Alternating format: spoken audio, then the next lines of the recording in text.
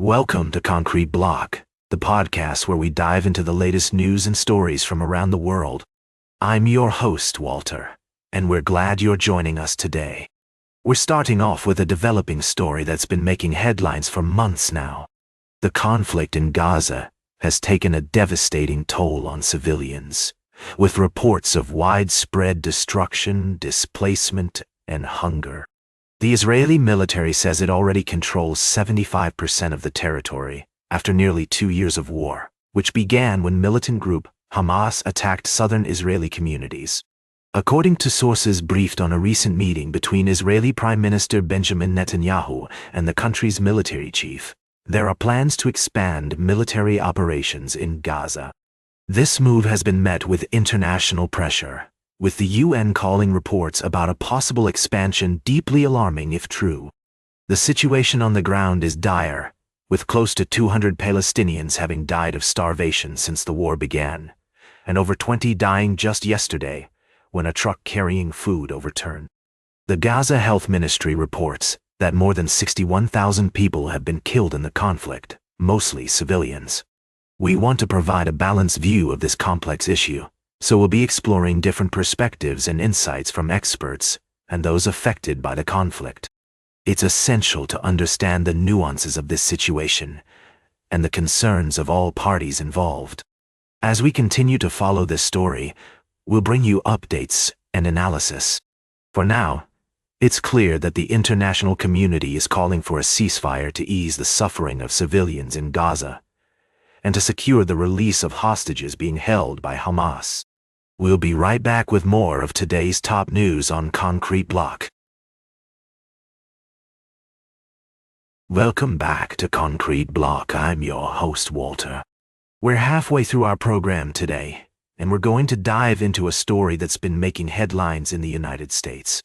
It involves President Donald Trump, the economy, and a decision that has raised eyebrows among economists and policymakers. Recently, President Trump instructed officials to fire Erica McIntyre, the commissioner of the Bureau of Labor Statistics, after the agency released job numbers that were not as favorable as the administration had hoped. This move has sparked concern about the independence of the Bureau and the potential for political interference in economic data. To understand the context, it's essential to note that the Bureau of Labor Statistics is a nonpartisan agency responsible for tracking employment rates, inflation, and other key economic indicators. The agency's numbers are used by policymakers, investors, and businesses to make informed decisions about the economy. The decision to fire McIntyre has been criticized by many as an attempt to manipulate economic data for political gain. Economists argue that revisions to job numbers are a normal part of the process, and that the Bureau has always made adjustments as new information becomes available. In fact, last year, during the presidency of Joe Biden, the Bureau revised its jobs figures downward by 340,000 between January and July. This revision was not seen as unusual or politically motivated. However, the current administration's actions have raised concerns about the potential for selective presentation of economic data. It's worth noting that this is not an isolated incident. President Trump has a history of making claims about the economy that are at odds with official data. For example, he recently claimed that his government had cut pharmaceutical prices by 1,200, 1,300, 1,550, 500%, which is not supported by evidence. The implications of this story go beyond just the United States. Economists warn that if governments start manipulating economic data for political purposes, it can have severe consequences, including loss of investor confidence and economic instability. As we consider this story, it's essential to remember that accurate and unbiased economic data is crucial for making informed decisions about the economy. We must ensure that agencies like the Bureau of Labor Statistics remain independent and free from political interference. That's all for this segment of Concrete Block. We'll continue to follow this story and provide updates as more information becomes available. Stay tuned for our final story of the day, right here on Concrete Block. Good evening, and welcome back to Concrete Block. I'm your host, Walter.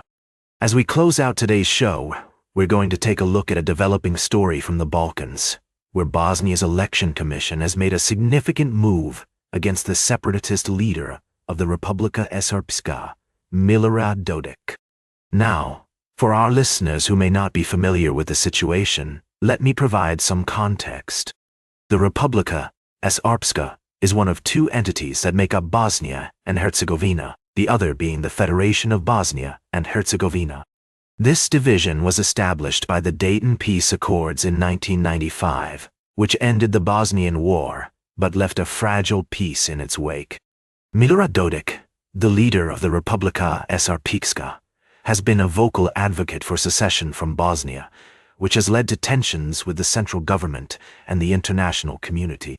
Recently, an appeals court upheld a verdict sentencing him to a year in jail and banning him from politics for 6 years due to his defiance of the Constitutional Court and the High Representative, Christian Schmidt.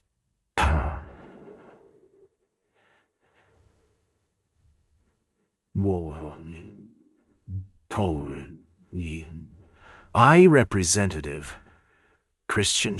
In response to this ruling, the Bosnian Election Commission has removed Dodik from office, although this decision will not take effect until an appeals period expires. An early election for the presidency of the Republika Srpska is expected to be called within 90 days. Now, it's essential to note that Dodik and his supporters have rejected this decision, with some calling it a violation of the Republika Srpska's constitution. The situation remains complex and volatile, with leaders from Serbia, Russia, and Hungary expressing support for Dodik and questioning the legitimacy of the court's ruling.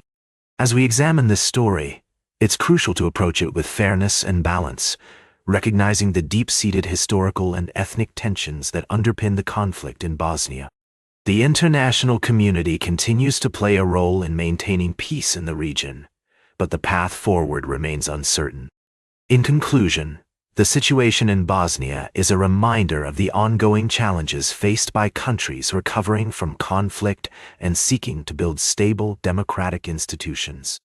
As we close out today's Concrete Block, I encourage our listeners to stay informed about this critical issue and its implications for regional stability. That's all for today's Concrete Block. Remember to like, share, and subscribe. And until next time, stay informed. That's all for today's Concrete Block. Remember to like, share, and subscribe. And until next time, stay informed.